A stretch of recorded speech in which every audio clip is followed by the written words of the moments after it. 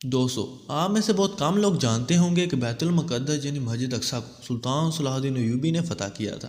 سلطان صلاح الدین ایوبی نے دنیا کی سب سے بڑی سلطنت ایوبی کی بنیاد رکھی۔ اس سلطنت نے 100 سال تک آدھی دنیا پر حکومت کی۔ آج ہم آپ کو سلطان صلاح الدین ایوبی کے بارے میں ایسے حقائق بتانے جا رہے ہیں جن کو سن کر آپ حیران رہ جائیں گے۔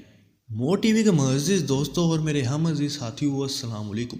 اگر آپ میرے چینل پر نئے ہیں تو چینل کو کر دیں سبسکرائب اور ساتھ ہی لگے بیل آئیکن کے بٹن کو بھی پریس کر دیں تاکہ آنے والی ہر معلوماتی ویڈیو آپ تک آسانی سے پہنچ سکے۔ دوستو، میں آپ کو بتاتا چلوں سلطان صلاح الدین ایوبی عراق میں پیدا ہوئے۔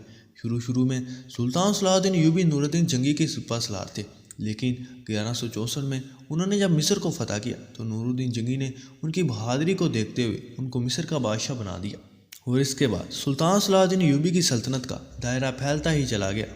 دوستو، کیا آپ یہ جانتے ہیں کہ پہلی مرتبہ مسجد اقصیٰ کو حضرت عمر فاروق رضی اللہ عنہ نے فتح کیا تھا، لیکن حضرت عمر کے مسجد اقصیٰ فتح کرنے کے 400 سال بعد پھر سے عیسائیوں نے مسجد اقصیٰ پر قبضہ کر لیا، اور اس دن مسلمانوں پر عیسائیوں نے ظلم کی انتہا کر دی، اور اس دن 70,000 سے بھی زائد مسلمانوں کو شہید کیا گیا۔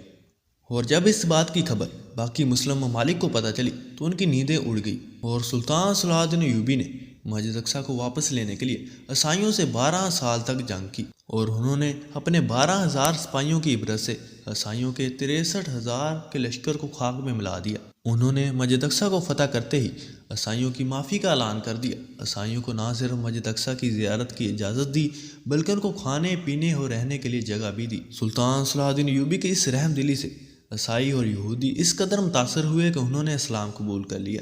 سلطان صلاح الدین ایوبی کے ہوتے ہوئے کسی نے مسلمانوں کی طرف آنکھ اٹھا کر نہیں دیکھا۔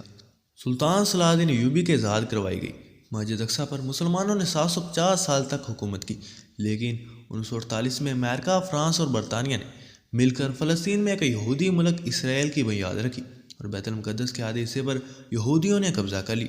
لیکن اس کے بعد 1960 میں عرب نے اسرائیل کے خلاف مزاحمت کی، جس کے نتیجے میں عرب اسرائیل کی جنگ شروع ہوگی، لیکن اس جنگ میں اسرائیل کو فتح حاصل ہوئی کیونکہ اسرائیل کے پیچھے پورا یورپ کھڑا تھا۔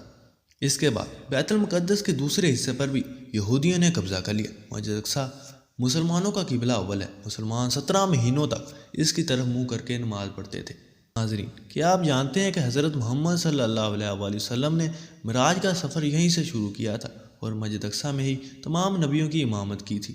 دوستو، کیا آپ یہ جانتے ہیں کہ سلطان صلاح الدین ایوبی نے اپنی ساری زندگی جنگ کے میدان میں گزار دی؟ انہوں نے 100 سے بھی زیادہ جنگیں لڑی اور زیادہ تر میں فتح یاب ہوئے۔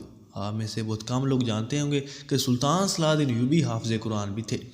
سلطان صلاح الدین ایوبی کو مسلمانوں کا ہیرو مانا جاتا ہے، اور یہ تھے سلطان صلاح الدین ایوبی کی زندگی کے وہ کارنامے جو ہم نے آپ کو اس ویڈیو کے ذریعے آگاہ کیا، اور ایسی شاندار معلوماتی ویڈیو دیکھنے کے لیے مو ٹی وی کو سبسکرائب کر دیں۔ ملتے ہیں اگلی ویڈیو کے ساتھ، تب تک کے لیے اللہ حافظ۔